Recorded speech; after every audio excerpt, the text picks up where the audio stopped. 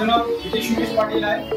मी पालघर तालुक्यातून मुरबे या गावात राहतो आणि मी MIDC मध्ये कंपनीमध्ये होतो। तिथे मी फिटरचं काम करायचो।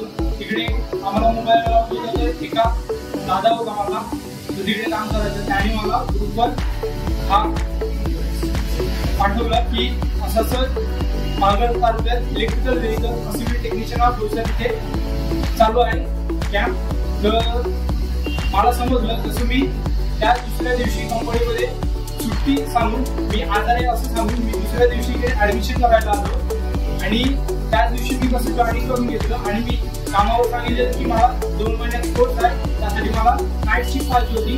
पण त्यांनी कसं मला सांगितलं की 2 महिने नाईट शिफ्ट अवेलेबल नसणार, त्याच्यामुळे हा कोर्स करायचं होतं मला। आणि मी डिप्लोमाला मेकॅनिकल इंजिनिअरिंगमध्ये जो 3rd इयरचा प्रोजेक्ट असतो तिकडे स्वतःने इलेक्ट्रिकल व्हेकल असेंबली म्हणजे इलेक्ट्रिकल 4 व्हीलर आहे ना ती बनवलेली, जी ऑटोमॅटिकली इलेक्ट्रिकल बॅटरीवर तीच इलेक्ट्रिकल एनर्जी मेकॅनिकल एनर्जी मध्ये कन्वर्ट करून ती रन होत जाईल। ह्याच्यामुळे मला नवीन नवीन गोष्टी शिकायच्या होत्या आणि प्लस मी 12वीला ऑटोमोबाईल टेक्निशियन कोर्स केलेला, त्याच्यामुळे मी हा इलेक्ट्रिकल म्हणजे